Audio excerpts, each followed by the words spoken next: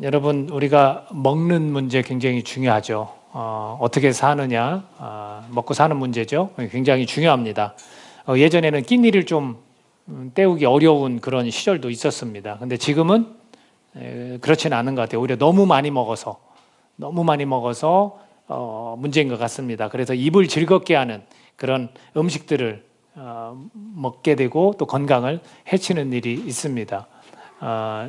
여러분, 젊은이들이 좋아하는, 학생들이 좋아하는 음식 중에 마로 시작하는, 그죠? 그리고 또 탕으로 시작하는 음식 아시죠? 그래서 그 두 개 합쳐서 마라탕으로 뭐라고 부릅니까? 그런 음식들이 사실은 우리의 건강을 좀 해치죠. 먹기에는 참 좋습니다. 저도 몇 번을 먹어봤지만 참 맛있어요. 맛있습니다. 그러나 건강을 생각해서는 잘 먹지 못하는 음식 중에 하나가 아닌가 생각을 합니다. 제가 여러 사람들과 대화를, 특히 신앙인들이죠, 목회자들과 또는 직분자들과 대화를 하다 보면 대화 중에 많이 나오는 이야기가 있습니다. 그건 뭐냐면 건강하고, 지금 말씀드렸듯이 건강하고 그리고 돈에 관한 문제예요. 그 부분이 대화 중에 상당 부분을 차지합니다. 근데 이것을 우리가 가만히 보면 과연 건강과 돈에 관한 이야기를 많이 하는 게 성경적이거나 하나님 나라 백성이 해야 될 말들인가? 라고 했을 때 물론 중요하지만 그것보다는 오히려 감사하고 만족하고 사명에 관한 이야기들을 많이 하는 게 사실 우리가 해야 될 대화들이 아닌가, 그런 생각을 좀 하게 됩니다. 오늘도 역시 이 본문 속에서 제가 말하고 싶은 것은 이 먹는 것, 먹고 사는 문제가 필요하지 않다는 얘기가 아닙니다. 중요하지 않다는 얘기도 아닙니다. 다만 이 먹고 사는 문제로 집착한다는 거예요. 거기에 무게중심을 굉장히 많이 두고 있다는 거예요. 그리고 거기에 머물러 있다라는 겁니다. 거기에 머물러 있다라는 거. 이것은 제 얘기가 아닙니다. 그래서 오늘 본문 가운데 내용은 뭐냐면 이보다 더더욱 중요한 것이 있다라는 것을 예수님께서 언급하신다는 거예요. 그래서 아마도 떡의 문제가 아닌 본질의 문제, 진리의 문제를 예수님께서 말씀해주고 있다라는 겁니다. 그것은 무엇일까? 오늘 본문을 통해서 우리가 깨닫기를 간절히 바랍니다. 제자들은 떡 한 개밖에 없이 배를 지금 타고 바다 위를 건너가고 있습니다. 그래서 걱정이 될까요? 깜빡했다고 성경은 나왔습니다. 14절에 보니까 제자들이 떡 가져오기를 잊었음에 배에 떡 한 개밖에 그들에게 없더라. 여러분, 배에 지금 여럿이 타고 있잖아요. 예수님과 제자를 여럿이 타고 있는데 떡이 한 개예요. 그러면 콩 한 조각도 나눠 먹어야 되니까 조각조각 나눠 먹으면 될까요? 야, 이거 갖다 누구 코에 붙여? 우리가 이런 얘기를 할 수 있잖아요. 근데 결국은 그걸 갖고 걱정하는 것. 또, 야, 요거 갖고는 아무것도 못 하겠네. 우리 배고프거나 먹지 못하면 뭘 할 수 있겠느냐? 라고 혹시 생각을 하고 있는지. 그런지도 모르겠습니다. 여러분, 예수님 곁에는 다양한 사람들이 있어요. 지금도 제자들도 있지만 또 다른 사람들이 있어요. 그래서 저는 예수님 곁에 도대체 어떤 사람들이 있을까라고 살펴봤더니 세 부류가 있어요.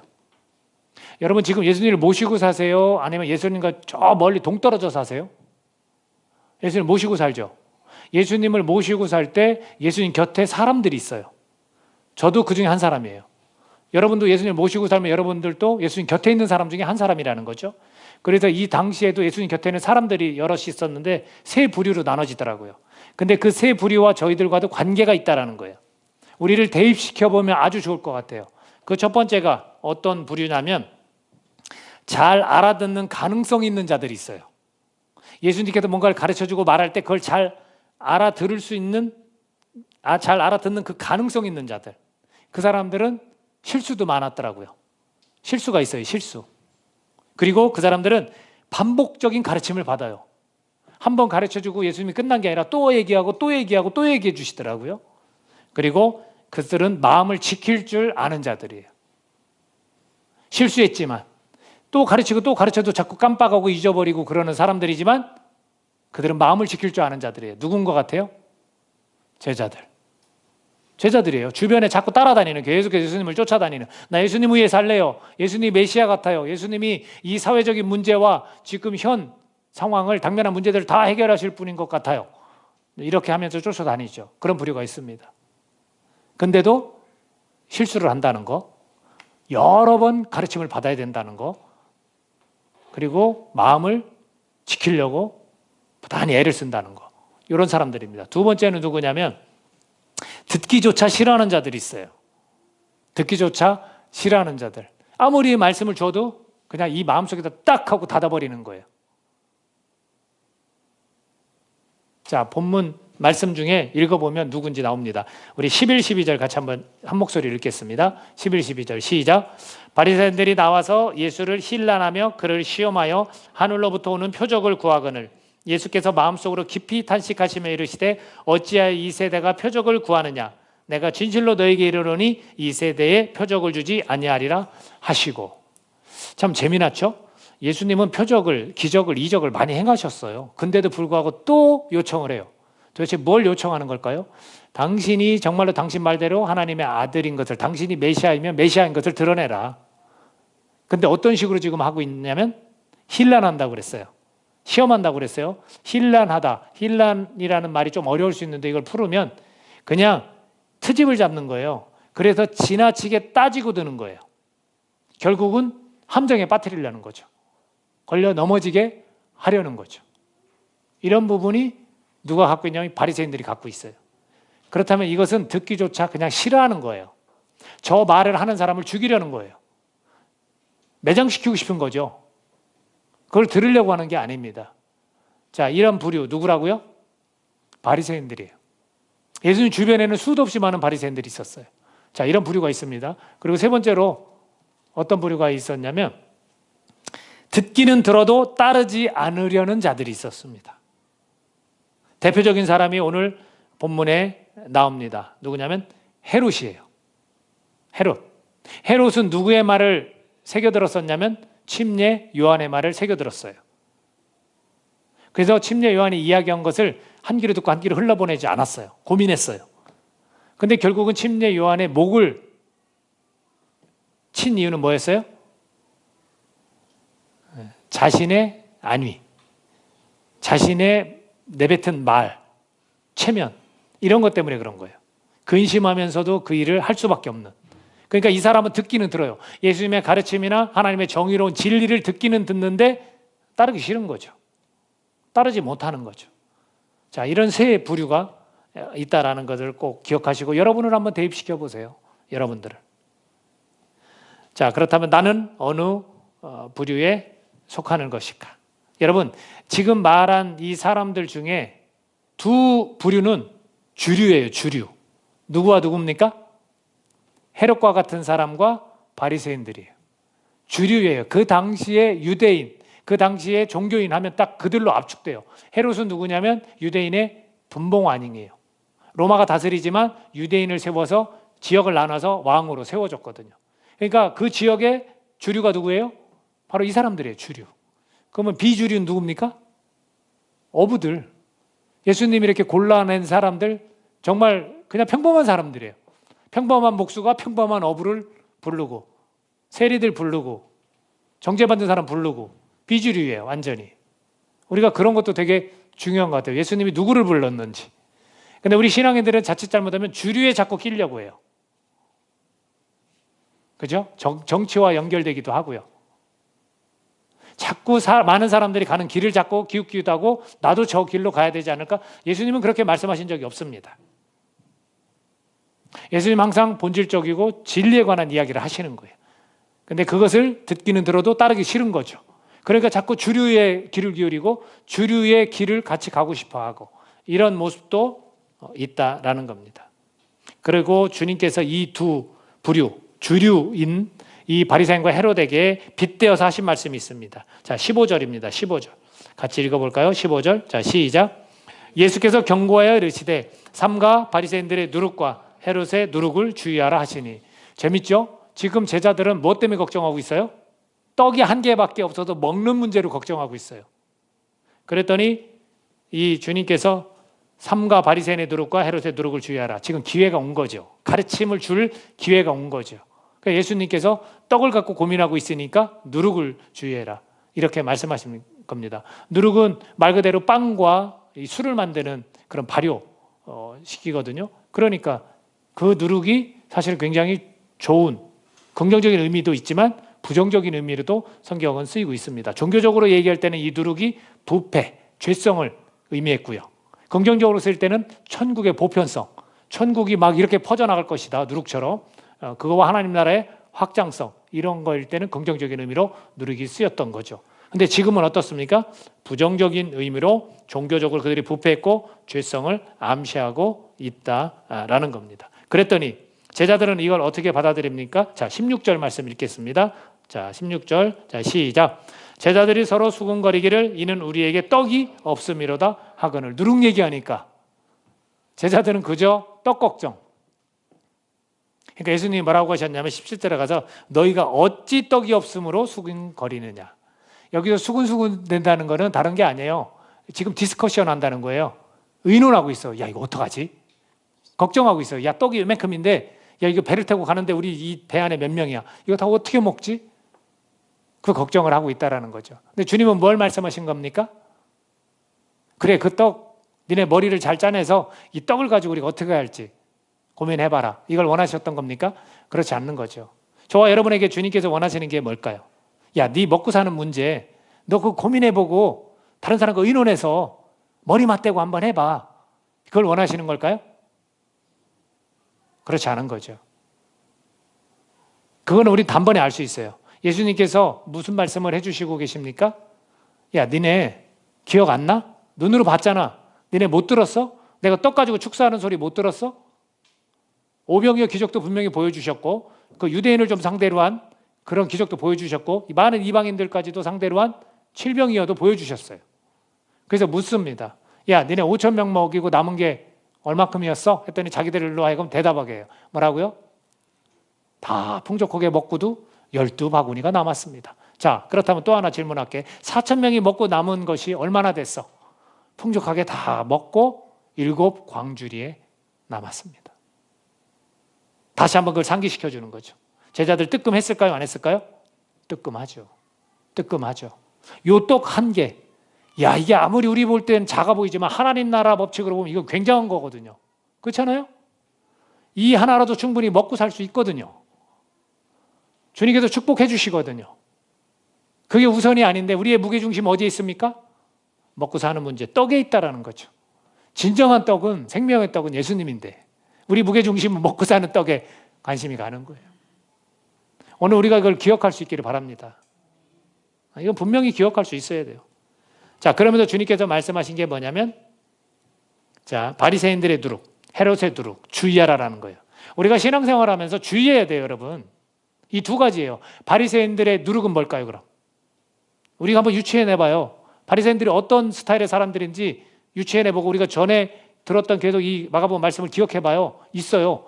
뭐냐면 장로들의 유전을 따랐단 말이죠. 사람의 전통을 따랐단 말이죠. 그럼 사람의 전통을 주의하라는 거죠. 어디에 우리가 더 이끌려야 되냐면 하나님의 뜻, 하나님의 음성, 하나님의 함께하심, 여기에 이제 이끌려야 되는 거죠. 하나님의 말씀. 근데 사람들이 원하고 사람들이 말하고 여기에 귀를 기울이는 게 아닌 거죠. 그리고 또 하나가 있습니다. 의미를 다 빼버린 규칙들을 지키는 거예요. 의미를 완전히 빼버려요. 그리고 그 규칙만 지키면 된다는 거예요. 우리 신앙에서 이렇게만 하면 된다. 나 헌금 생활만 하면 된다. 출석만 하면 된다. 그거 여러분 큰 착각입니다. 절대 아닙니다. 그렇게 생활해서는 안 돼요. 그런 의미를 다 빼버린 그냥 종교인이에요. 바리새인들이 그래요. 그래서 예수님은 이들을 보고 외식하지 마라. 위선이다 이렇게 말합니다. 여러분 지금도 위선을 보여줬어요. 힐난합니다. 표적을 우리에게 보여주십시오. 겉과 속이 어때요? 같아요? 다른 거죠. 이런 게 위선이에요. 우리가 하나님 앞에서 겉과 속이 달라서야 되겠습니까? 예배 자리에 왜 옵니까? 우리의 상한 심령을 다 하나님 앞에 이야기할 수 있어야 되는 거예요. 내 의심과 내 이 복잡한 생각들, 나쁜 생각들을 다 하나님 앞에 쏟아놓을 수 있어야 되는 거예요. 왜? 우리의 이 속사정을 주님은 다 아시니까. 그래서 예배가 은혜가 되는 게 바로 그런 거예요. 사람한테는 말할 수 없지만 하나님한테는 난 말할 수 있고 사람은 들어주지 않지만 예수님은 들어주시기 때문에 이것이 중요한 겁니다. 그래서 이 바리새인들의 누룩을 항상 주의하라. 우리도 종교인으로 빠질 수 있다. 우리도 사람의 말에 자꾸 귀를 기울일 수 있다. 매일 성경 읽으시죠? 매일 성경에서 거짓 선지자한테 넘어간 거 알죠? 하나님의 사람이 하나님이 시켰는데 그대로 못했잖아요. 왜냐하면 그 늙은이가 나도 선지자다. 천사를 통해서 하나님 나에게 말씀하셨는데 너 먹고 쉬고 가라고더라. 그러니까 쏙 넘어갔어요. 왜? 얼마나 배고팠겠습니까? 얼마나 목이 말랐겠습니까? 그런 거예요. 그런 거를 우리는 항상 주의하라라고 예수님께서는 제자들에게 말씀하시는. 그러면 헤롯의 누룩은 뭘까요? 아까 잠깐만 언급했지만 침례 요한의 쓴소리를 들었던 사람이에요. 그 아내 때문에, 헤로디아라는 아내 때문에 이를 감옥에 가둔 것뿐이지 실제로는 굉장히 그 사람 무서워했어요. 왜? 정의로운 얘기를 하니까. 일만의 양심은 좀 있었던 사람이었던 거죠. 근데 그 헤롯의 누룩은 뭐예요? 그런 쓴소리를 듣기는 했지만 자기 체면 때문에, 자존심 때문에, 주변에 그런 사람들을 의식하면서 자신의 안위를 지키려고 했기 때문에 그렇다는 거죠. 우리 많은 신앙인들이 이거 그래 진리 맞지, 주님께 나에게 이런 말씀하시는 게 맞아. 근데 여러분 용기 납니까? 담대함이 있습니까? 자꾸 걸리는 게 있죠? 자존심이 걸리거나 내 체면이 걸리거나 창피하거나 이 모든 것들이 나의 안위 때문에 그러거나 자꾸 희생하고 헌신하래. 주님이 그럼 감동을 주셨어. 나는 못해.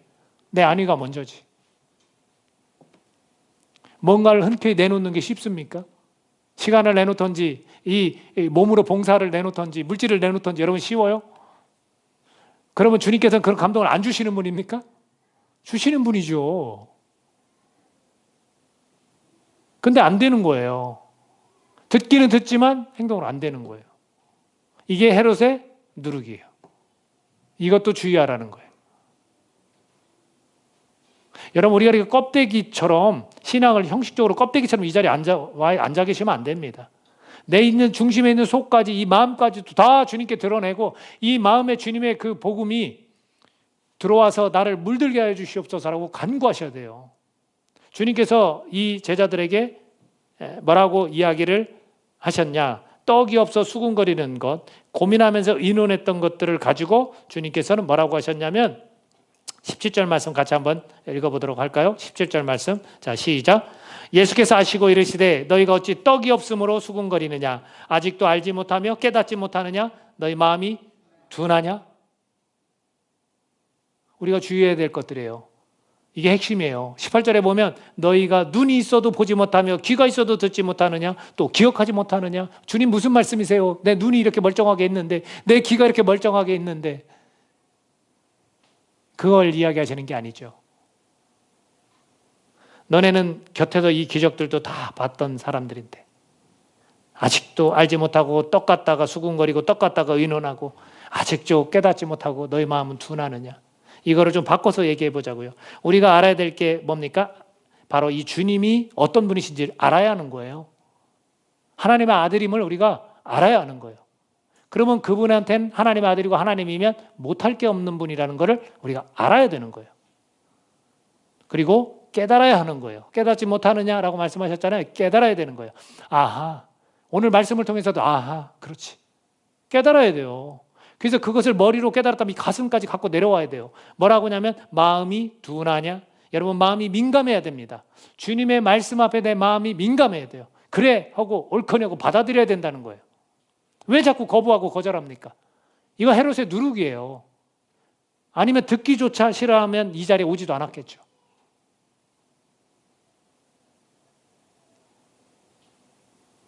그러면 우리의 눈과 귀와 이 기억하는 것들이 깜빡하지 않고 있지 않을 거예요. 보일 거예요. 들릴 거예요. 이것을 주님은 원하시는 거예요. 어찌 떡이 없으므로 의논하느냐? 이걸 원하시는 게 아니에요. 어찌 니네가 세상에 살면서 나를 신뢰하지 못하고 고작 니네 세상의 방식으로 이루어지는 일들 가지고 머리 맞대고 그러고 고민하느냐? 하나님 나라 백성이니까 하나님의 법칙과 하나님의 말씀에 따라 무엇이 우선이고 무엇을 해야 되는지 주님은 원하시는 거예요. 주님은 그것을 원하시고 계십니다. 그래서 19, 20절에 보면 내가 떡 5개를 5,000명에게 떼어줄 때 조각 몇 바구니를 거두었더냐? 또 7개를 4,000명에게 떼어줄 때 조각 몇 광주를 거두었더냐? 21절을 같이 읽어볼까? 21절 말씀. 자, 시작.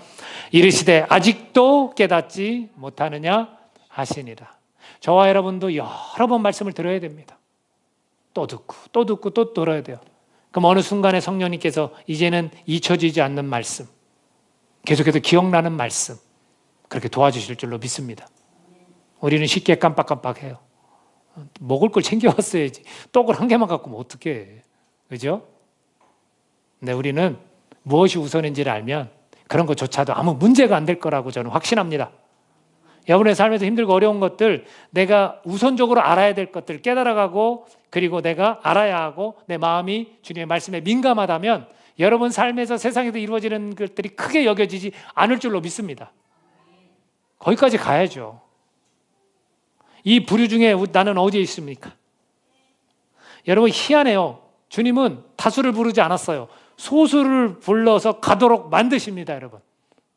저와 여러분은 확실히 말씀드리고 싶어요. 여러분 소수예요. 여러분, 저와 여러분은 안타깝게도 비주류입니다.